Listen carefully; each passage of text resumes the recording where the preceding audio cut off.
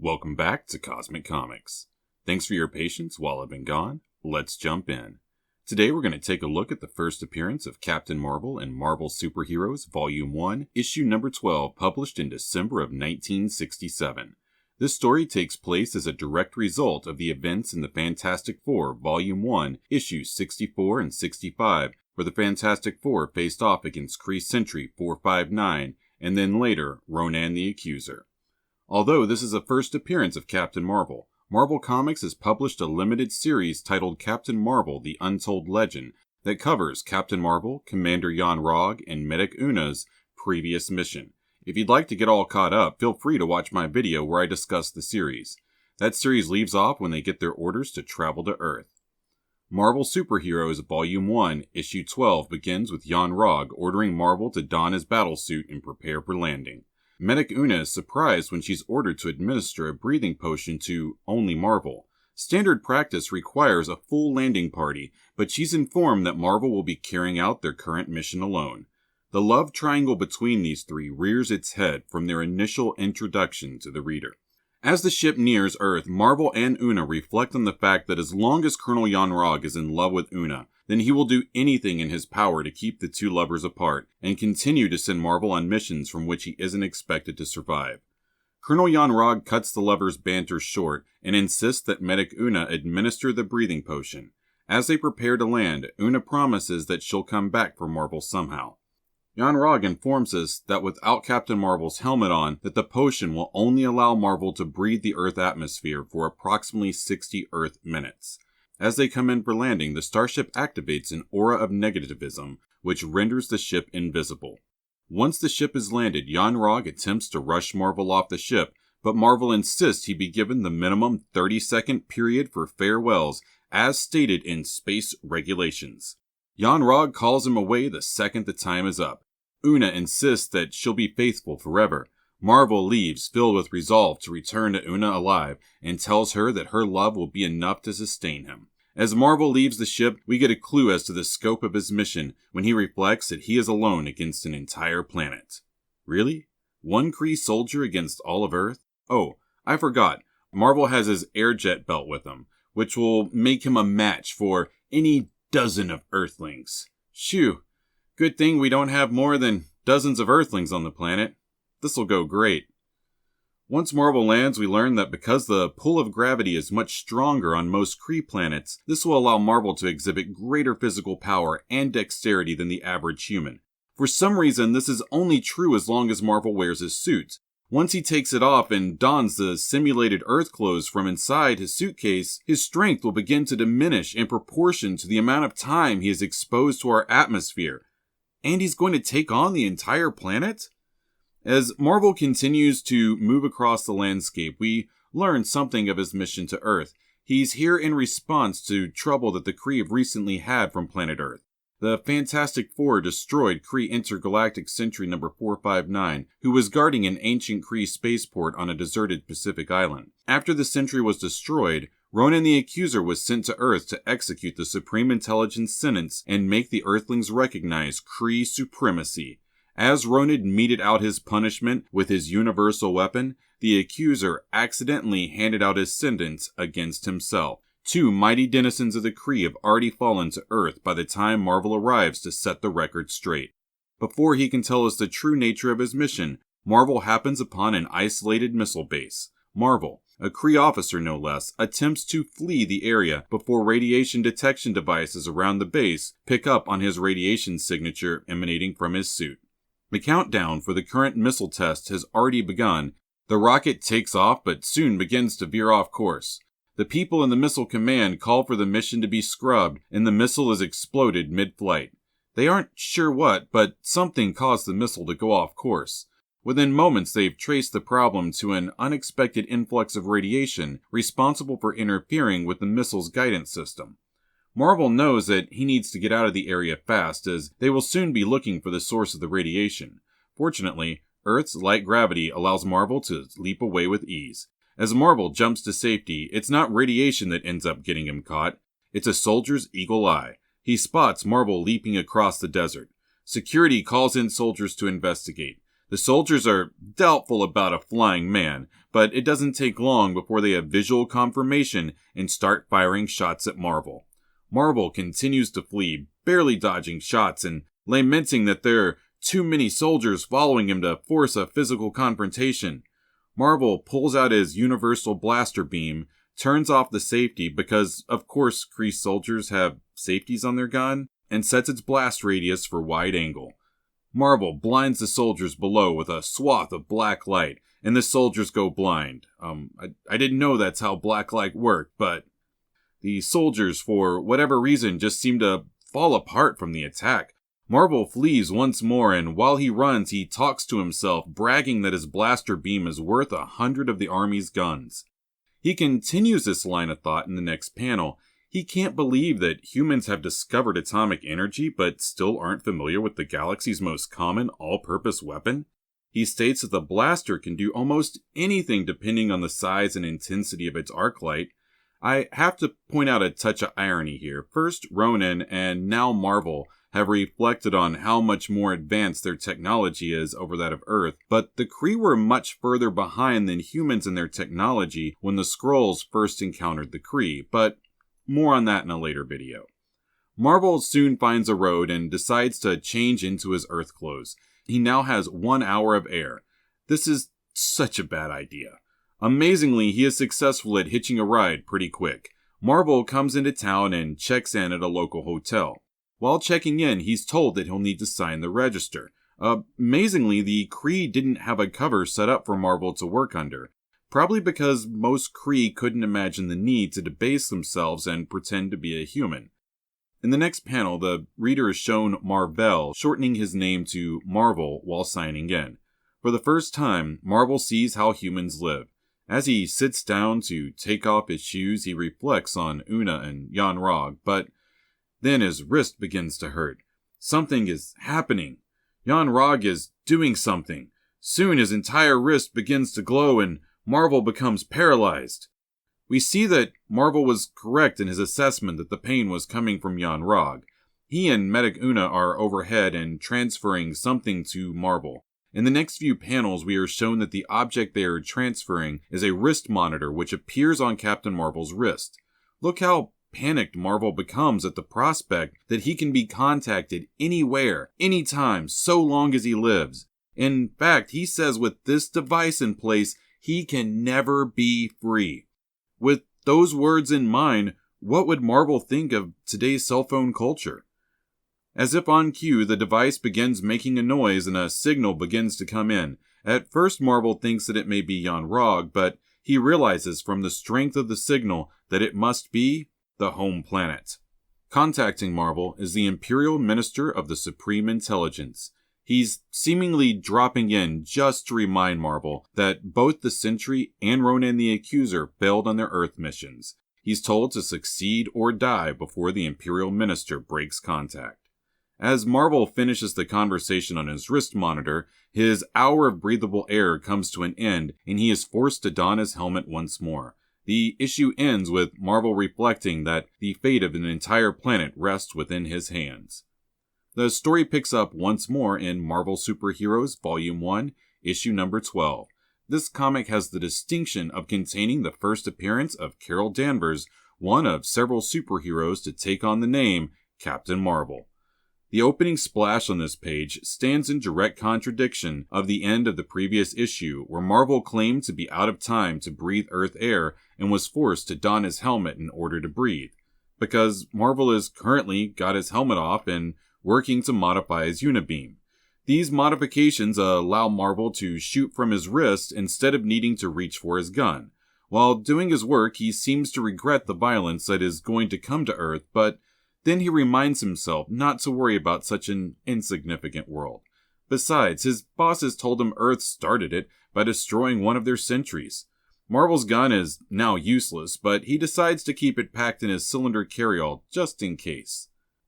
As Marvel laments about how much Jaan Raghav hates him, we learn how Marvel is surviving without a helmet. He's been taking capsules containing the breathing potion, but he's only got one left, so basically we're right back where we were last issue.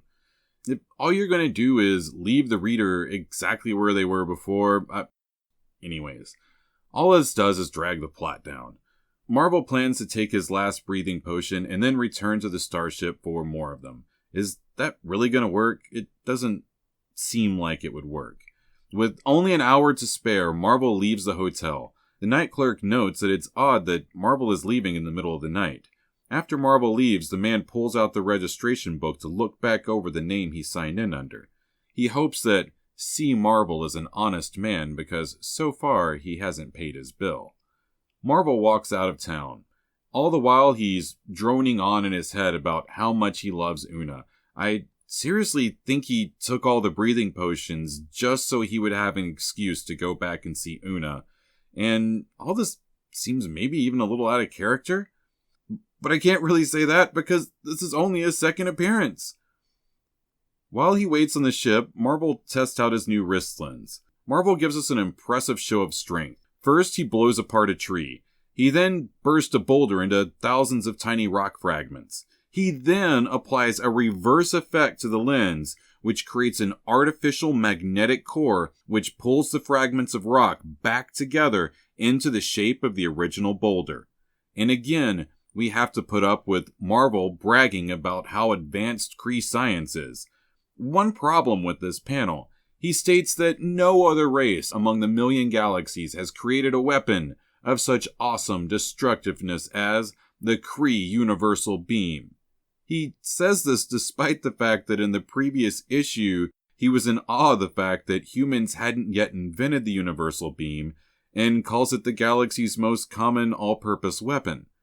Anyway, the Kree are cool and smart or whatever. Moving on, Marvel notes that the starship is coming, so he changes into his uniform to prepare to meet them. Then Marvel buries his carryall in a shallow hole. This is stupidly dangerous, as we learn later on in the arc that Case is armed with a nuclear weapon to prevent tampering. We're shown that Marvel has modified his jet belt to be more powerful. He then leaps towards the sky to meet up with the incoming ship. At this point, especially after all that pining about Una, I assume that Marvel would have been on Earth for, a few weeks, that he had had some time to settle in. We then learn that he's been gone for a day. A single day. The only constructive thing he's done is get a hotel room where he's modified his equipment, and it's already time for a resupply mission. While he's closing in on the ship, he goes on and on about how he can't wait to see and hold Una again. Okay, at this point, this crush is starting to become a problem. As Marvel approaches the ship, Colonel Jaan Ragh's hand floats near the ship's laser. One slight lean in the wrong direction could send a blast that would kill Marvel. Afterwards, Jaan Raghav would write the incident off as an accident. Una sees what he's doing and attempts to stop him, but is pulled back and told that Jaan Raghav had told his guards to watch her as she was under a severe strain. Jaan Raghav commends his crew and orders that medic Una be locked in her room until further notice. Una attempts to warn the crew of Jaan Raghav's murderous intentions, but they remind her that questioning the colonel could be considered treason. With Una and his guards gone, Jaan Raghav is finally alone without witnesses and has an opportunity to kill Marvel. Jaan Raghav may not get this chance again, so he bides his time to strike when the moment is right. Just when the moment occurs, a small plane swoops out of a nearby cloud bank. The laser blast that was meant to hit Marvel strikes the plane instead. I think the penciler Gene Colan did a great job of capturing the fear in Colonel Jaan Raghav's eye. He knows he can't risk a second blast because it would no longer seem accidental. Instead, Jaan Raghav uses this opportunity to return the ship to planetary orbit by claiming that the incident with the plane jeopardized the ship. Marvel leaps to the side of the plane crash to see if he can help anybody, all the while knowing that it was he that Jaan Raghav sought to strike with the laser. The only passenger on the plane has passed away. A quick search of his person reveals him to be Walter Lawson, an expert on missile guidance systems who was on his way to the nearby military base on reassignment. Marvel notes that with a little bit of work, he could alter the papers and attempt to live his life as Walter Lawson. His only problem is that he can't take off his mask now that he has run out of breathing potion. Back on the ship, Una is getting serious about Captain Marvel receiving more breathing potion.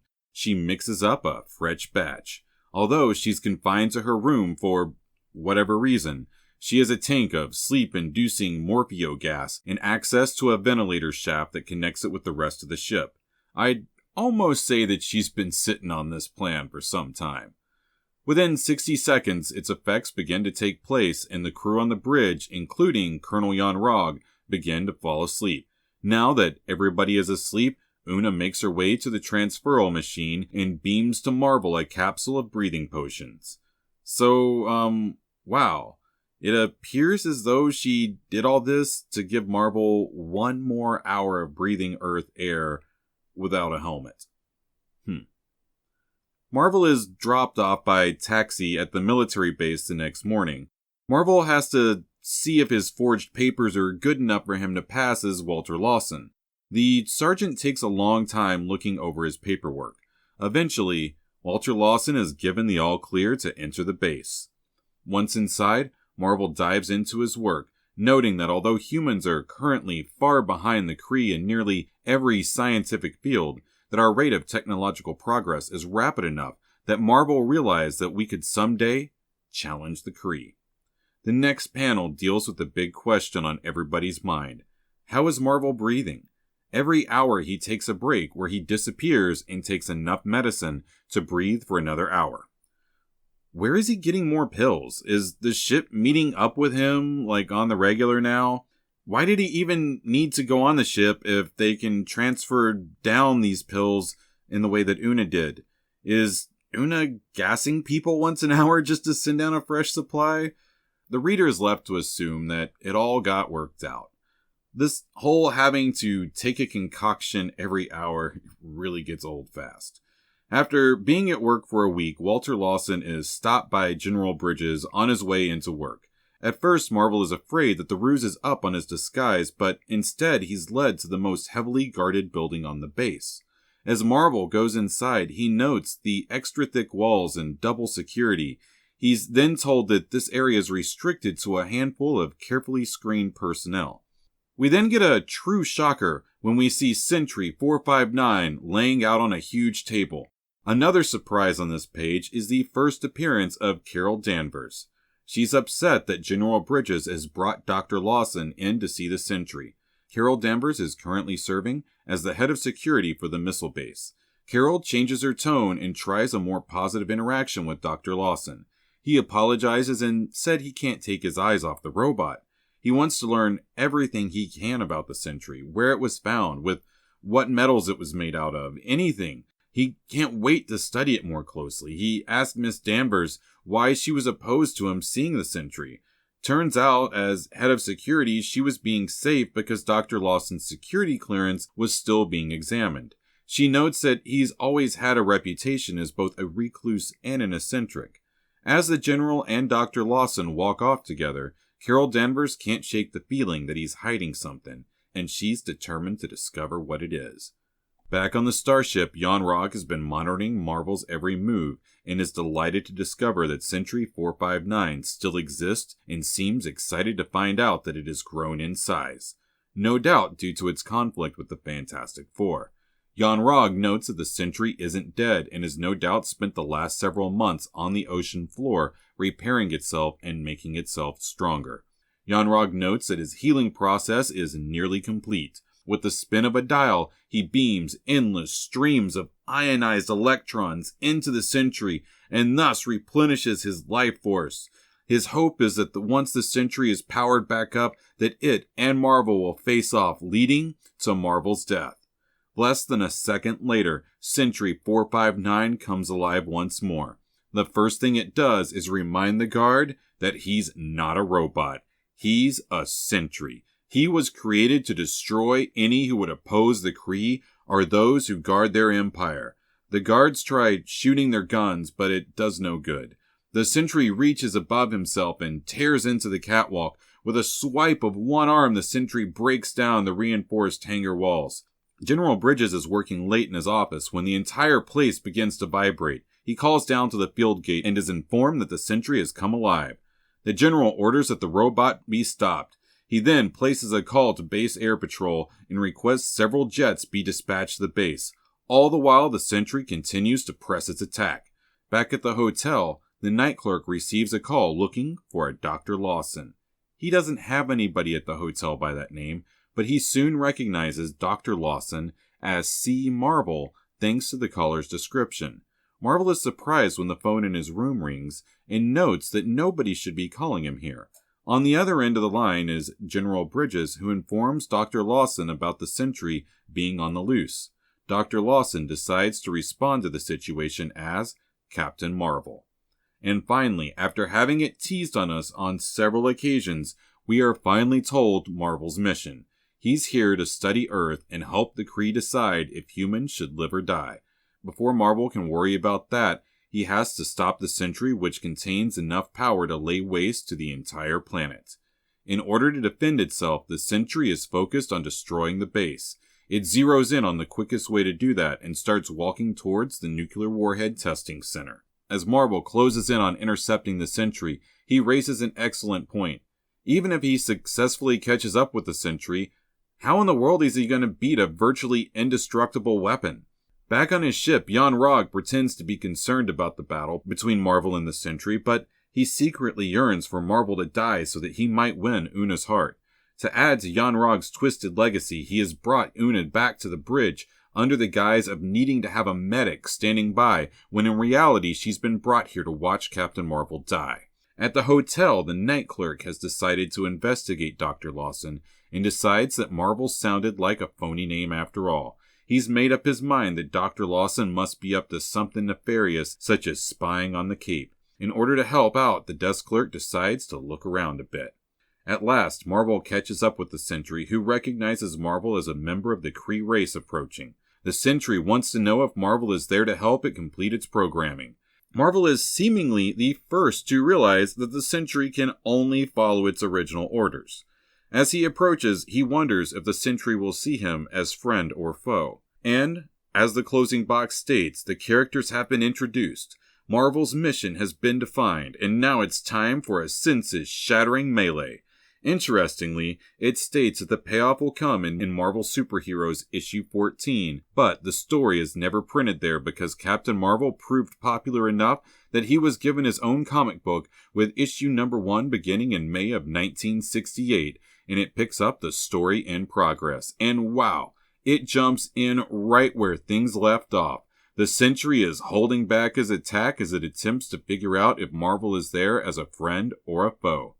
Captain Marvel makes his intentions known by shouting out his name and rank while attacking the Sentry with his wrist gun. The Sentry notes that name and rank don't matter to it. All that matters is fulfilling its orders. Captain Marvel manages to miss the Sentry's blows by leaping high with his jet belt, while nearby soldiers duck for cover. The Sentry quickly moves in, striking a devastating blow to the structure Marvel was hanging from. Marvel goes down with the steel beams but is protected by his battlesuit and a calculated landing. Before it can turn its attention to nearby soldiers, Marvel attempts to distract the Sentry once more. Marvel calls the Sentry out and finds it rushing in his direction. Marvel turns his blaster from warning to full intensity. As Marvel dives forward, blasting the Sentry in the face, he notes that no Sentry has ever attacked a Kree. The full blast of the Unibeam seems to have some effect. The Sentry notes that many of his body's metal components were demolished by the blast. Also, he is now aware that Marvel has increased the power of his Unibeam and notes that he could have withstood the full blast of a normal Unibeam. Marvel is assessing the situation while the soldiers get excited and prepare to give Marvel a hand if needed.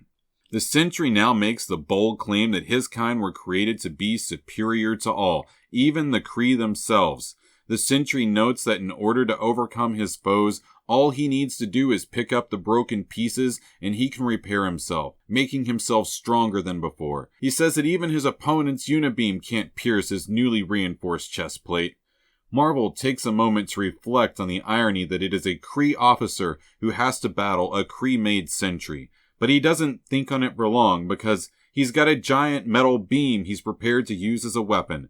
Marvel uses all of his might to hurl the beam towards the Sentry. It's no use. The beam shatters against the Sentry's invulnerable frame.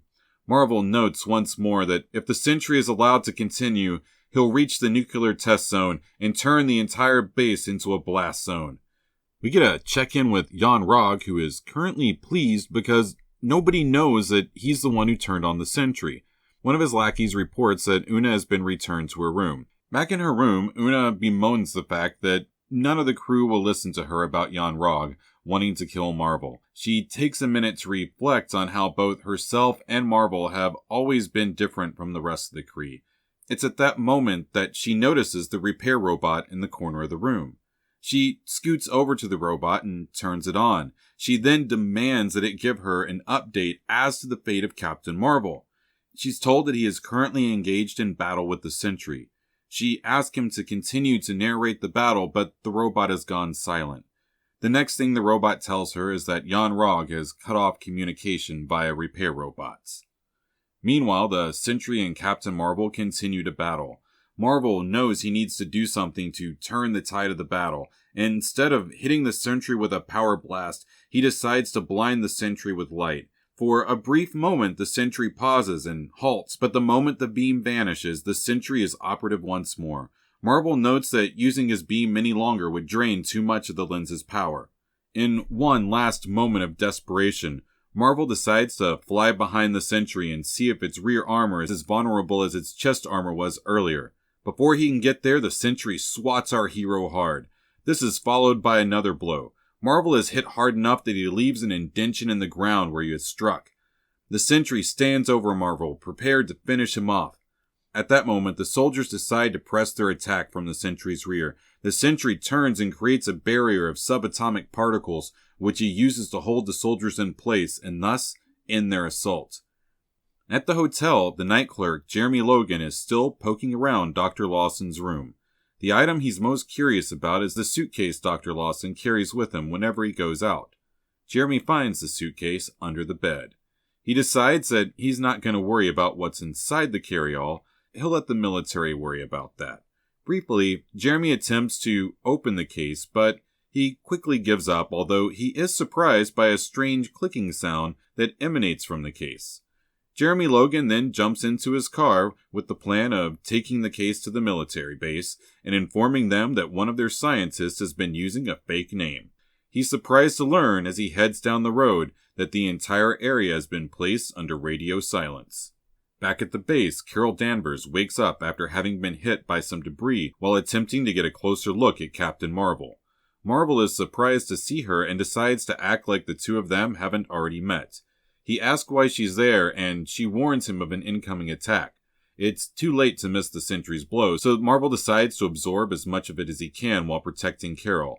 The Sentry is shocked that Marvel survived his blow and comments that he's tougher than even the Fantastic Four. Marvel offers a truce, and once again the Sentry responds with a, "Dude, I'd love to be the kind of guy who makes friends, but that's just not my programming." Carol is ready to be rescued and calls for Marvel to flee with her. Marvel states that they can't run any further. They are walled in by an invisible barrier. As Marvel prepares his final attack plan, Carol Danvers gets lost in how dreamy he is. Mostly she's turned on by his stoic confidence and face of insurmountable odds. That quickly goes out the window, and she immediately crumples and begins crying that the Sentry is too strong, too powerful. Meanwhile, the Sentry continues to brag about how invulnerable it is, and Marvel continues to press the attack. He never gives up, reaching for more power from his device. Finally, Marvel's blast breaks through, temporarily blinding the Sentry once more. Outside the wall, the soldiers attempt to find a way through to the other side. General Bridges places another call. This time, he's canceling his orders for air support because of the two people trapped inside the barrier with the Sentry. But we also learn that there is another plan in the works involving a carload of TNT. A soldier moves forward, hoping the TNT will remove the wall that stands before them. After the blast goes off, the barrier still stands. Inside the barrier, Carol Danvers and Captain Marvel continue to flee the Sentry, who closes in with every blow, but Marvel has achieved his goal of leading the Sentry away from the imprisoned troops and the nuclear warheads. Marvel turns to take one final strike at his opponent. He focuses his unibeam into a tiny, searing pinpoint of light. He needs a pinpoint small enough that enough power is concentrated in one spot to make a tiny hole in the Sentry's armor. The sentry presses the attack, and Marvel still can't get a beam small enough. Then, all at once, the beam is successful. The sentry notes that a seam is burst open in his armor, but that in only a moment it'll have been repaired. But Marvel is past the point of panic.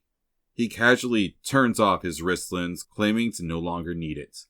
The sentry prepares to destroy Marvel once more, but is stopped in his tracks a final time. He can't figure out what's wrong as his chest feels drawn together.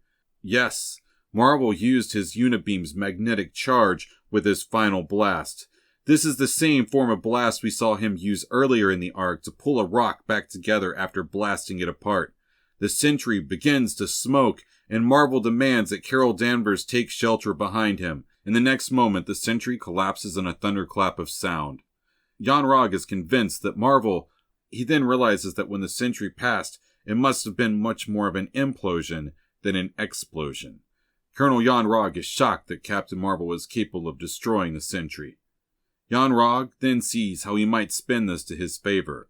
Mar-Vell will be cast as a traitor for defending Earthlings over a Kree sentry. Immediately, Jaan Raghav reaches out with his personal communications disc. Upon reaching the Kree homeworld, Jaan Raghav is put in touch with Ronan the Accuser. Note the Imperial Minister is watching in the background. Ronan informs Jaan Raghav that they have been monitoring his recent actions with displeasure. They are aware that his personal vendetta against Captain Marvel has endangered the mission to Earth. Jaan Raghav is told that they could care less about Marvel. Do whatever you want with him, but don't screw up this mission to Earth again, or you will have to face Ronan, the Accuser. Back on Earth, Carol Danvers claims to have forgotten most of what happened to her that afternoon. General Bridges expresses his thanks to Marvel, who must be taking his leave. Carol wants to ask some questions, but he says that he's already stayed too long. As Marvel flies away, Carol decides to learn more about the mysterious Captain Marvel. The issue ends with Marvel walking along a hillside and musing about what might happen if all the Earthlings he's met and who look up to him realize that he held the fate of their world in his hands. In the next issue, we see the Kree and the Skrulls cross paths for the very first time in the pages of Marvel, as Super Skrull and Captain Marvel show down. Captain Marvel issue number 2 ties together everything I've talked about over the last several episodes. The cover says it all: Captain Marvel versus Super Skrull. Two ancient enemies face off against one another on Earth. The issue opens with Dorek the Seventh wondering why the Kree have sent a second individual to Earth. The planet is far too insignificant for the Kree not to look into this unwarranted behavior. Here we learn that the Skrull are aware of Captain Marvel's presence on Earth. Additionally, it is the same Skrull who sent 4 Skrulls to scout the planet Earth, created Super Skrull, and whose daughter's life was later saved by the Fantastic Four. The ability for the Skrulls to spy on the Earth is truly incredible. With a touch of a button, Dorek is capable of bringing up a screen showing the defeated Kree sentry.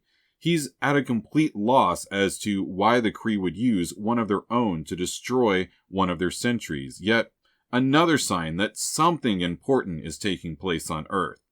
Time to pull in the big guns. Dorek radios in to contact the Super Skrull. Super Skrull has spent months in exile at the outer edge of the galaxy. This was his punishment for his defeat by both Thor and the Fantastic Four. He is looking forward to going home and reclaiming his good name. For more information, watch my video covering the first appearance of the Skrulls in Marvel Comics.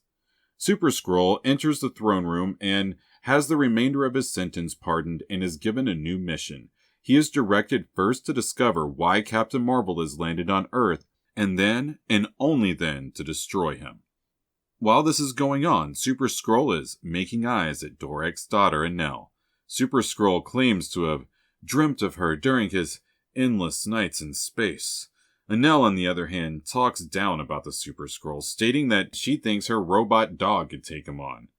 Dorek tells his daughter to back off and fills the Super Skrull in on the mission, but Super Skrull makes the mistake of questioning a superior officer by inquiring about the level of concern over a single Kree soldier.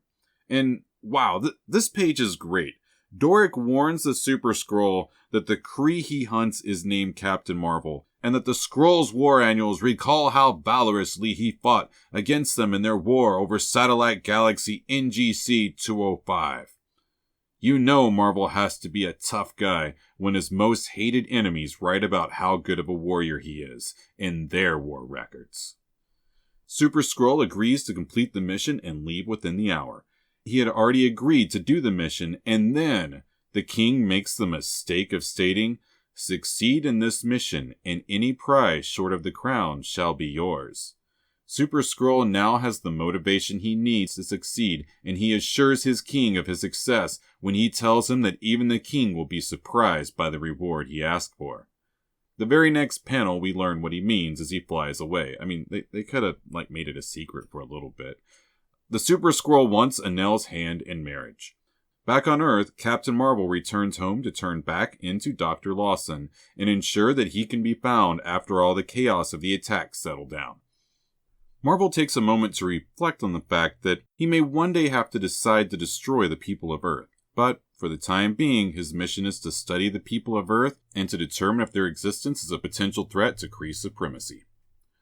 Looks like Marvel made it back just in time as he suddenly runs out of air. It's been exactly 1 hour since he left to investigate the Sentry.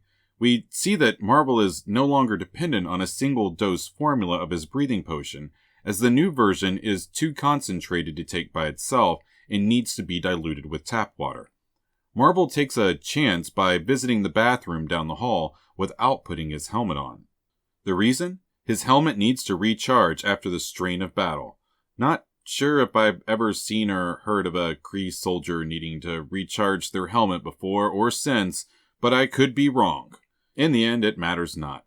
He goes to check under the bed for his carry-all cylinder, but we already know that night clerk Jeremy Logan stole it shortly after Marvel left. Marvel then lets the reader in on the full gravity of the situation. Tampering with the case activates a timing device attached to a miniature nuclear bomb. Marvel has 2 hours from the time the device was triggered until the bomb goes off. In his hurry to leave, he decides that he doesn't have time to change clothes, so he tosses a trench coat on over his uniform. As for his helmet and gloves, he tosses those into a paper bag. As Marvel leaves, he notices that there's a young man at the front counter. This young man informs him that he is filling in for Mr. Logan, the night clerk, who had to leave on urgent business. Marvel surmises that Mr. Logan must have been the one to take the cylinder. As Marvel is left wondering where Mr. Logan might have gone, we, the reader, switch to a panel where military police have the road blocked off to 1 mile outside of the military base.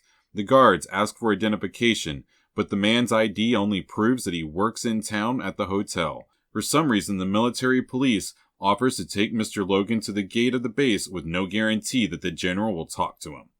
At the same time, Jeremy Logan approaches the military base. Super Skrull approaches the Earth. Both are closing in on the same area. Super Skrull lands in the rocky hills outside of the Cape. His sound-absorbing rockets stop anybody from hearing his approach and landing. He scans the surrounding area but finds no sign of the Kree starship due to its aura of negativism. Super Skrull then uses an oscilloscope, which has been tuned to locate the radiation factor in Kree battlesuits. There is an implication that this is the same radiation that set off alarms when Marvel first neared the military base. Super Skrull notes that a Kree is closing in on his location. He leaves the ship and notes that the soldier on the motorcycle isn't wearing a Kree uniform, so he surmises that Marvel must be in the car. At that moment, either the soldier's training kicks in or he has a premonition of sorts, but he can sense the foe looking down upon them and can't resist the need to speed up. But it's too late. Super Skrull sucker punches him from afar and the soldier flies off the road. He then uses Mr. Fantastic's stretching ability to pull Mr. Logan out of his moving vehicle. Super Skrull is disappointed that he's found an Earthling instead of Captain Marvel. He quickly hones in on the fact that the Kree's carry-all cylinder must have been what activated his ship's sensor. And finally, Jeremy Logan gets the affirmation he has been looking for when the Skrull calls him an Earthling to inquire as to how he came into possession of the cylinder. Having heard what the Skrull said, Mr. Logan asks if both the Skrull and Dr. Lawson are from another world, but the Skrull refuses to answer his question. Instead, he's focused on how he might open the cylinder. He's considering taking it back to his ship when his train of thought is interrupted by the Kree detecting device on his belt. This time, he's certain it's Captain Marvel. Marvel is nearing the Cape disguised as Dr. Lawson, and wouldn't you know it, he's acting weird again. This time, he's asked the cabbie to drop him off a short distance from the Cape and makes up the excuse that he needs the exercise. As soon as the cab is out of sight, Marvel has donned his Kree uniform once more. Almost immediately, he hears a cry for help. Marvel flies in and finds the Skrull preparing to kill Mr. Logan. Super Skrull, after seeing Captain Marvel, decides to let gravity kill his victim and punches Mr. Logan backwards off of a cliff. Note that Super Skrull punches him with the Kree carryall. He then carries that momentum into a back sweep which temporarily staggers Captain Marvel. Marvel ignores his foe and focuses on saving the night clerk. He flies towards the ground and at the last moment is capable of breaking the old man's fall with the impact of his own body. Mr. Logan collapses into a silent heap upon the ground. As soon as Marvel recovers, Super Skrull dives in, covered in the flames of Johnny Storm, and tells Marvel he can forget about retrieving the cylinder. As he flies overhead, Marvel notes that he's heard of Super Skrull, but only in hushed whispers on his home planet. Marvel knows that Super Skrull could have easily dispatched of him with the use of his flame power, and notes that the Skrull must be missing his target on purpose. Marvel puts two and two together and realizes that the Skrull must have orders to learn why Marvel is on Earth, something he can't do if Marvel is dead. Marvel uses his unibeam to blast a hillside behind the Skrull. Super Skrull thinks that Marvel was aiming at him and taunts him for missing his target. By the next panel, he realizes his mistake. His flame is extinguished by the force of the blast behind him. Marvel uses this opportunity to tackle the Skrull and land a few punches. Skrull warns him that he has even greater powers at his disposal, and Marvel pretty much says, "I know. That's why I need to beat the snot out of you with a couple of well-placed punches." He continues to land blows, working to keep the Skrull off balance. At the same time, Marvel is reflecting on his situation and worrying about the people of Earth. This anxiety leads to carelessness and being too slow with his punches. Super Skrull is capable of dodging his punch by stretching out of the way, but where is he going? He is stretching a long ways off here. One of the guards shouts that he must have some connection with the Sentry. Remember, this is all in the same night. Super Skrull thinks to himself that he does have a connection to the Sentry. He's here to steal it right after he finishes off with Captain Marvel. One of the soldiers opens with a number of warning shots towards the Skrull, but stops when another soldier points out that Captain Marvel is flying into the scene.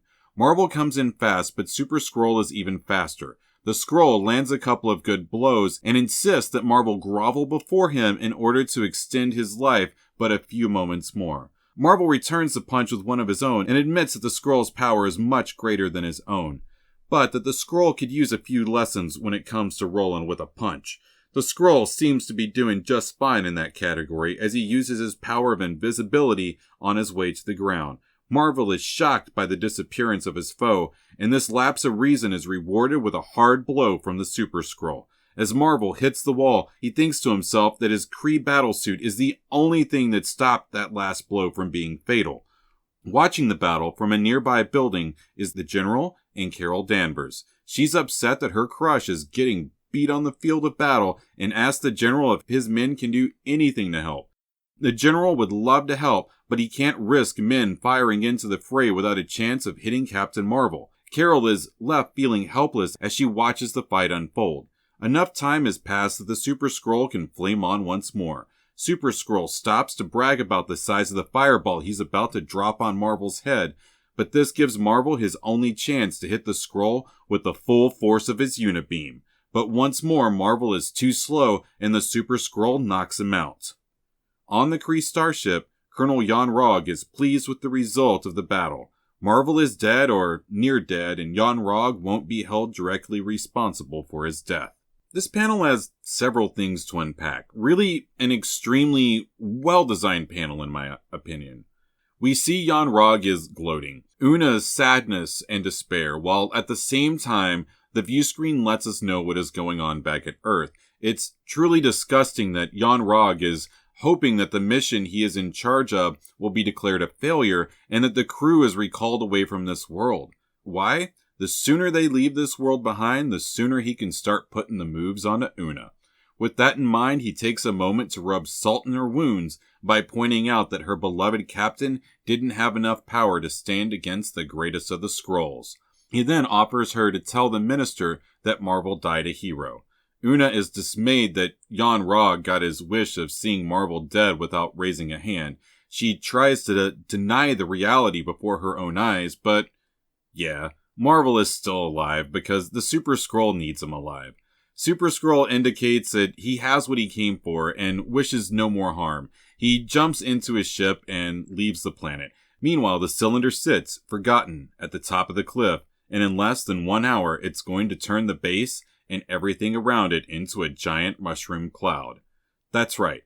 It's still been less than 2 hours since night clerk Jeremy Logan stole the canister from Marvel's room. So much action. So much wow. Let's finish this story arc. Captain Marvel issue number 3 entitled From the Ashes of Defeat, with writer Roy Thomas and artist Gene Colan. Super Skrull is approaching his ship and Marvel's inner monologue tells us he's too weak to move a muscle, but isn't actually unconscious, which is what the Super Skrull believes. As if to drive that nail home, with as much force as possible in the next panel, Super Skrull refers to Marvel as his unhearing Kree friend and tells us he plans to interrogate Marvel. Super Skrull removes Marvel's helmet. This is bad because now Marvel won't be capable of breathing on his own soon. This is the first time Super Skrull has seen a Kree in the flesh. He notes that the Kree appears loathsome, almost as repulsive as the Earthlings. He then reminds himself out loud that he wasn't ordered to an almost forgotten segment of space to make aesthetic judgments. With frivolity out of the way, Super Skrull turns on the Psycho Probe. He's so excited. He's so close to his goal. If he can just do this one thing, he can return home and get married to Princess Anel. Marvel is hit with pain in the back of the head after the machine is turned on, and he knows the machine is made to wrench out his thoughts. He attempts to think of the impending nuclear blast and nothing else. Marvel loses consciousness at almost the same time the Skrull turns off the machine. Super Skrull goes to his monitor to see what the probe has learned. He's shown the events surrounding Captain Marvel's time on Earth and learns more about the Sentry. When he sees the Sentry turn on, he thinks that Captain Marvel should have teamed up with it to punish the people of Earth for their insolence. As he watches the fight unfold, he's at a loss as to why these two are fighting. He watches the battle to its conclusion. In fact, he's so intently focused on his monitor that he fails to notice the movements behind him.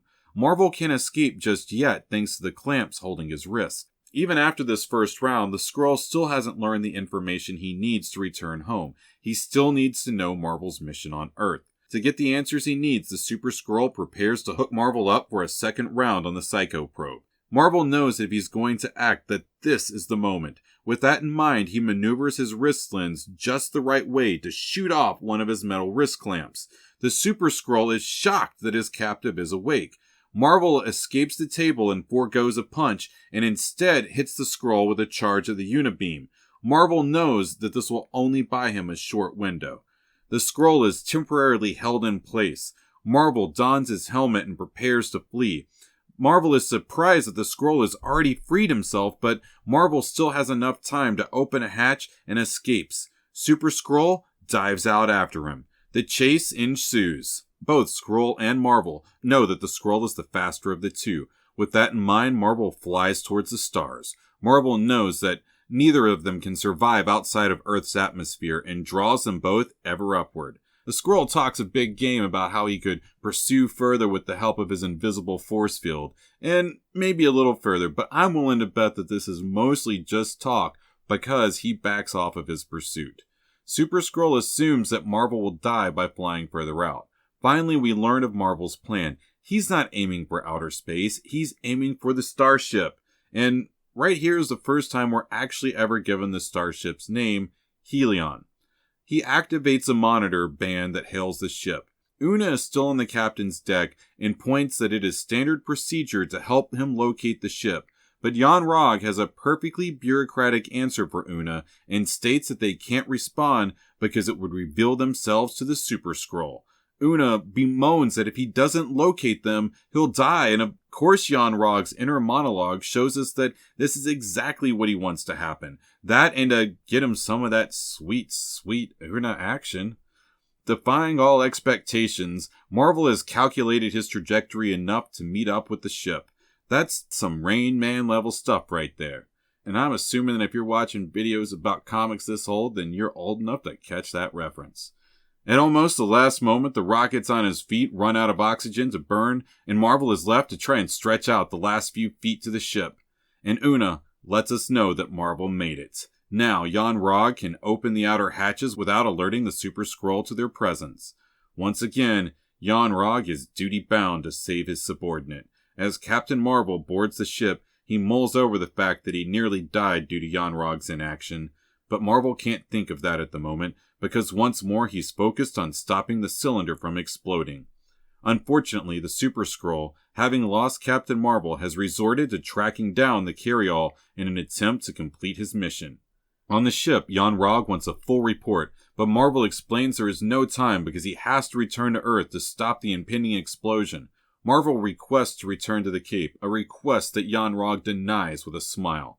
Marvel insists that allowing the explosion to take place exceeds the parameters of their mission. Only the Supreme Intelligence can make the decision about whether the Earthlings should live or die. Jaan Raghav insists that Captain Marvel is a scientist falling in love with his research animals and insists that Marvel might be feeling more loyal to the people of Earth than to his own Kree. Marvel insists that his allegiance to the Kree has never been questioned. Well, he's wrong there because it just was. Anyways, Marvel then pulls out an ace card and claims his right to personally contact the Imperial Minister. This is the Kree equivalent of making a call to HR. Jaan Raghav can't deny Marvel his right and starts to clean up his story, insisting that he didn't mean to imply that Captain Marvel was a traitor, but insists that Marvel go ahead and call the minister. Marvel knows that when he speaks to the minister that he can't accuse Jaan Raghav of trying to kill him without proof. Una tries to talk to her hero, but he's too focused on the mission. We see from Marvel's internal dialogue that he regrets that he doesn't have time for Una now that he's here. His thoughts are interrupted by a completed connection to the Imperial Minister. Marvel states his name and other details relevant to the mission, but the minister states that he is already familiar with Marvel's mission. Marvel explains his current predicament and is given a ruling of sorts by the minister. He's told that the Kree have no interest to save a few primitives from a nuclear explosion. What the minister is interested in is stopping the Super Skrull and ensuring that the Skrulls don't gain a foothold on Earth. Marvel's given permission to return to Earth to get revenge on the Super Skrull. Jaan Raghav must begrudgingly let Marvel go back down to the surface. Much to the chagrin of Jaan Raghav, Marvel and Una give each other a warm but sad embrace. While they say their goodbye, the cylinder is just outside the gates of the army base. The Skrull has disguised himself as Dr. Lawson and is almost stopped shy of entering the base by a sharp military police who's good at doing his job. He asks Dr. Lawson for his pass and is going to deny the doctor entry after learning he doesn't have the required pass to get in. Luckily for the Super Skrull, the general pulls up and personally countermands his own order to allow Dr. Lawson back on the base. The Super Skrull has no idea who these people are that just pulled up, but he's ordered to hop in for a serious discussion. Once again, capitalizing on the fact that these last few issues have taken place over a very short time frame, the General's party is slowed down when an ambulance passes by on its way to pick up a man who fell off a ridge outside of the base. This would be Night Clerk Jeremy Logan.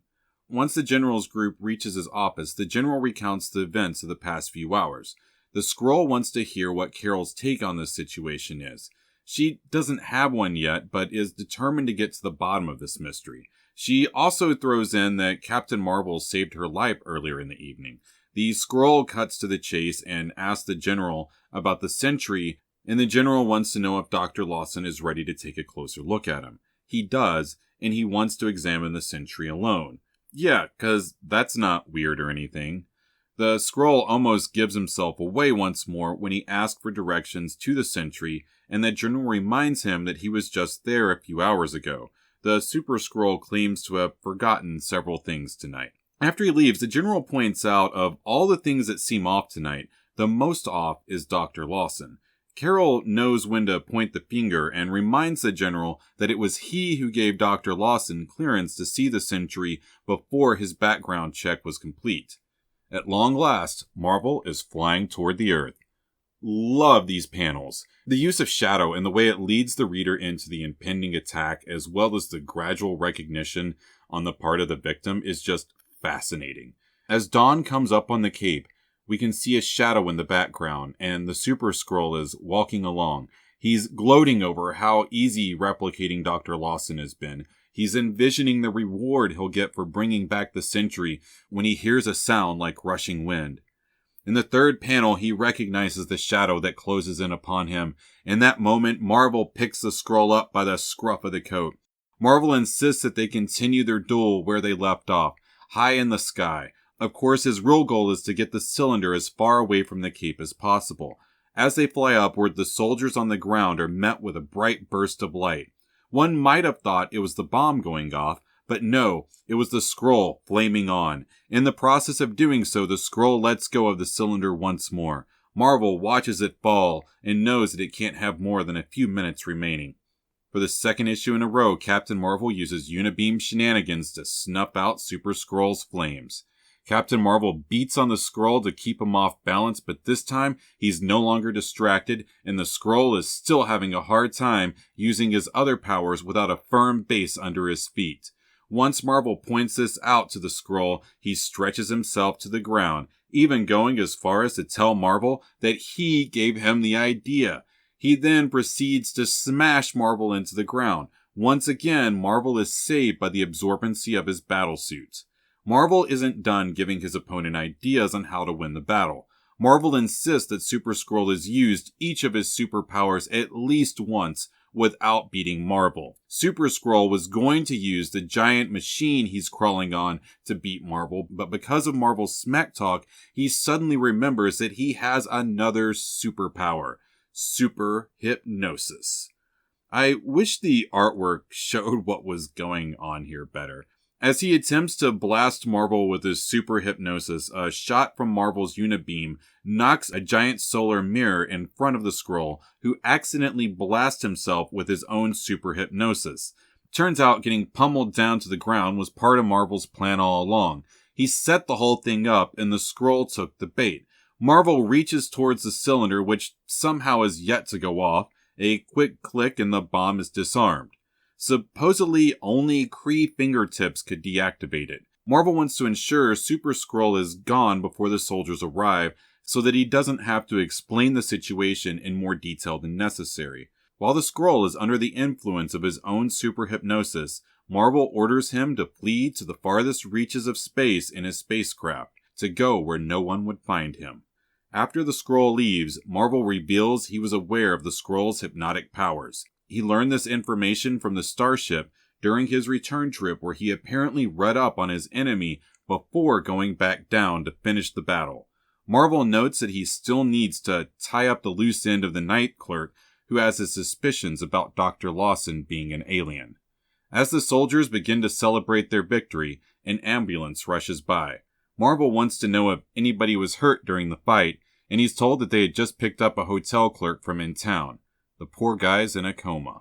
And this pulls us through the entirety of Captain Marvel's first major story arc. I can't stress the historical significance of this story arc enough. This is where the groundwork is laid from everything to come on the Skrull and Kree rivalry. It's here that we find the impetus that puts the Earth in the center of the coming Kree-Skrull war. This is where we first got introduced to Captain Marvel and to Carol Danvers. This is just a really exciting, well laid out story that interconnects across more than one title and really sets up a positive interaction for this character moving forward within the world of Marvel. Thanks for watching Cosmic Comics. Feel free to hit any of the buttons below. I'm out.